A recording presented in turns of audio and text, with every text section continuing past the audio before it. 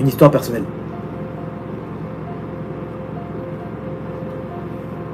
J'ai déjà raconté il y a longtemps, mais là vous allez voir comment ça rentre bien dans le contexte. Quand je venais de faire Tchouva, j'ai subi une série d'épreuves terribles. Ma vie, vraiment, j'étais au top dans tous les niveaux. Mais j'avais un mal-être. Un mal-être de me dire, mais quoi, ce monde-là, quoi il sert? Bah, au Hachem, j'étais toujours dans... J'ai fait Tchouva, j'ai fait les Shabbats et les Mitzvot. On va dire que ce que vous voyez aujourd'hui, ça a commencé là-bas. J'étais un mec qui travaillait, qui bossait, qui avait ses études d'ingénieur. J'étais après l'armée. Tout ce qu'un jeune, il peut demander, je l'avais. J'étais quelqu'un d'accepté dans la société, quelqu'un d'actif. J'avais des... Vraiment, j'étais même limite à l'école, je faisais partie de ceux des meneurs, vous voyez ce que je veux dire, les gens qui mènent les groupes. J'avais tout pour réussir. Mais j'avais en moi un vide. Je me disais, mais à quoi il sert ce monde? Et de plus en plus, je cherchais Hachem. Et encore Hachem. En moi, j'avais toujours cet amour, cet amour énorme pour Hachem. Je me disais, il n'est pas là-bas. On ne peut pas vivre comme ça. Je cherchais le Hémet. C'est dur, une personne qui cherche le Hémet, elle est vide parce qu'elle voit ce monde, il n'y a rien, il n'y a rien. Et écoutez bien, plus je cherchais Hachem, plus je cherchais à me rapprocher de lui, plus je sentais qu'Hachem, il me jetait. Je vous donne un exemple, là où je travaillais, j'allais faire la prière de Harvit, et je supplie Hachem, aide-moi maintenant pour réussir mes contrats, pour réussir dans mon travail, pour pouvoir avoir de l'argent pour te servir. C'est ça les prières que je demandais. Et je priais de tout mon cœur à Hachem. Je finissais la prière, je retournais au travail. Le mec il venait me voir, il me dit tes contrats là, les 4 ils ont sauté. C'est impossible. Que des épreuves. Tout ce que je priais, j'avais l'inverse. Vous vous rendez compte d'une personne qui cherche à trouver grâce aux yeux d'Hachem par l'intermédiaire des besoins que j'avais. Et je recevais que l'inverse. Des claques sur claques. Je ne vais pas vous détailler tout ce que j'avais.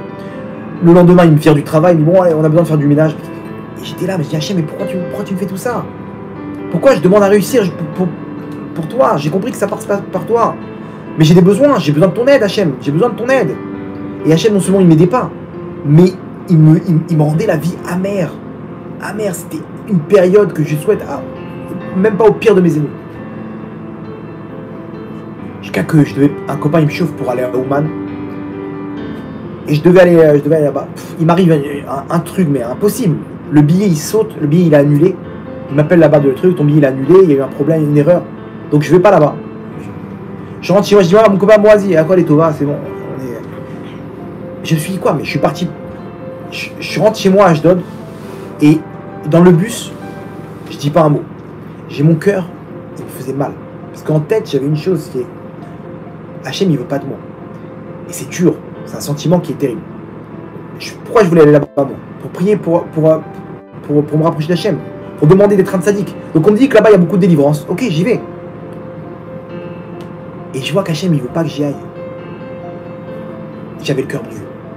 Je sors du bus, je vais à pied rentrer chez moi. Sur la route pour rentrer chez moi, il y avait un grand terrain vague. Un terrain vague énorme, ok, avec des dunes de sable, noir, c'est la nuit. Je sais qu'il faut que je pleure. Je sens cette douleur comme ça dans mon cœur. Ça me faisait trop mal. Je regarde à gauche, à droite. C'est comme si j'entends une voix qui me dit rentre à l'intérieur. Rentre dans le terrain vague. Maintenant, quelqu'un qui voit un mec rentrer dans le terrain vague, il va se dire c'est un fou. Qu'est-ce qu'il fait? Je regarde à gauche, à droite, je vois il n'y a personne. Je me retrouve dans le noir complet. À peine, il y avait à peine de lumière. Je monte sur une dune. Et je suis là. Et j'ai maintenant toute la rancune que j'ai dans mon cœur. Je pousse un cri. Vaïzakou, le même cri là dont je vous parle. Et je dis Hachem, j'en ai marre d'être une serpillière. Et je commence à fondre en larmes. Vous savez, une personne qui pleure comme ça, genre, comme quelqu'un qui vide son cœur, quelqu'un qui a jamais pleuré comme ça, il peut jamais ressentir c'est quoi nettoyer son cœur. Et je commence à pleurer, mais à pleurer.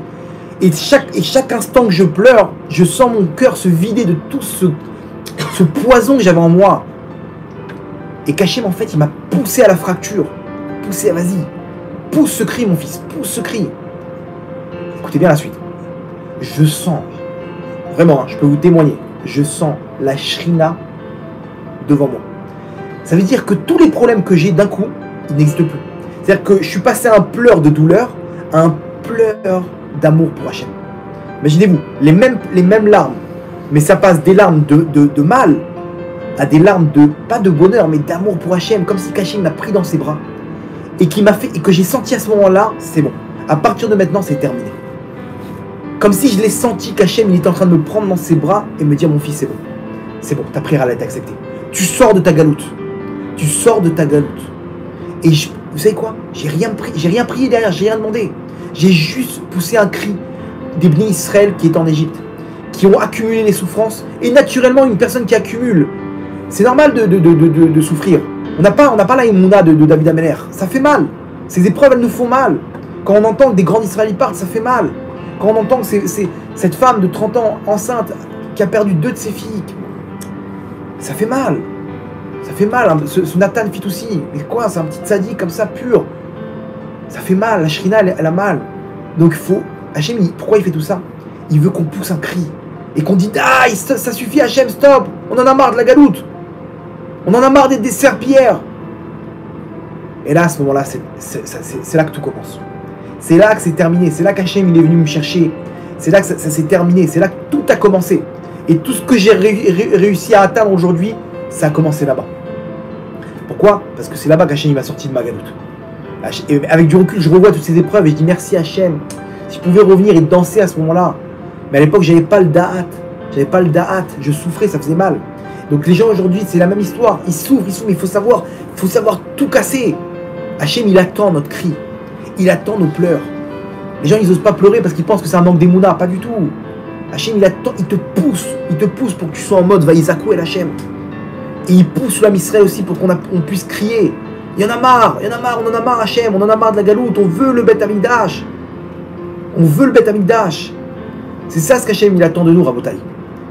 Et donc, j'ai fini pour vous finir l'histoire, mais je suis sorti, j'ai un copain qui m'appelle et il me dit, tu vas à la Ouman ou pas?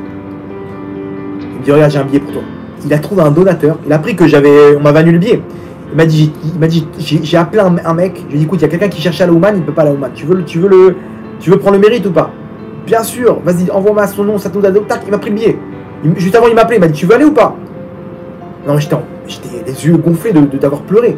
J'ai dit, bah ouais. Il dit, ok, tu pars avec nous. Imaginez-vous, Hachem il est venu me chercher de là-bas, tout le monde connaît les délivrances qu'il y a à Ouman. Là-bas, j'arrive à Ouman.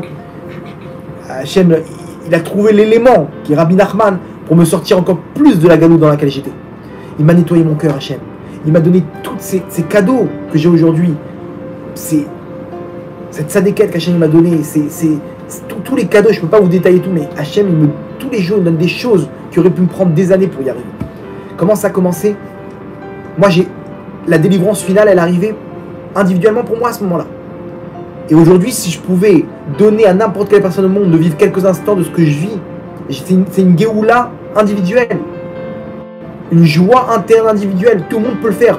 Vous avez vu, ça n'a pas dépendu de mes mérites, rien du tout. Ça dépend de Vaïzakou.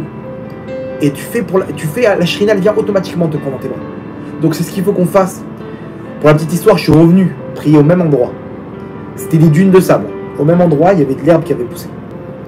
Il y avait de l'herbe qui avait poussé, de la verdure qui a poussé. Au même endroit où j'étais tout été, il n'y avait que du sable. Au même endroit, il y avait de la verdure qui a poussé. Pourquoi? Parce qu'il y avait Hachem là-bas.